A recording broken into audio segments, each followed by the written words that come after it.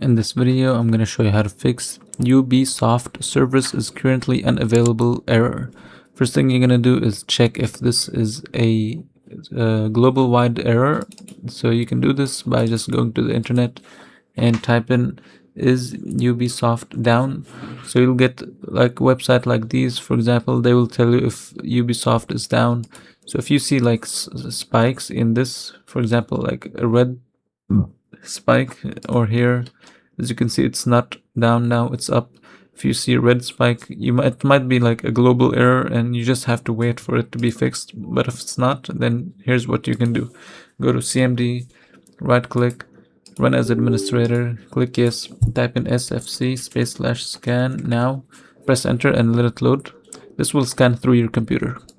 And here you're gonna write the second command, so ipconfig /flush DNS and press enter.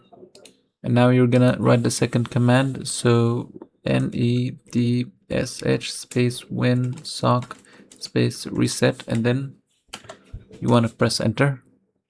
After all the commands load, you can just close this down and check if your issue has been fixed. So if you're still having issues, I want you to go here to the internet settings. So if you right click on internet, go to settings, and here you will be at network and internet settings. So you'll go to your internet, and down here you'll see DNS server assignment, click edit, and then choose manual, choose IPv4, turn it on, and here you need to type in 88, actually, yes, so here you need to type in 8.8.8.8, and here you need to type in 8.8.4.4. After that, you would click save and restart your computer, and hopefully your issue is fixed.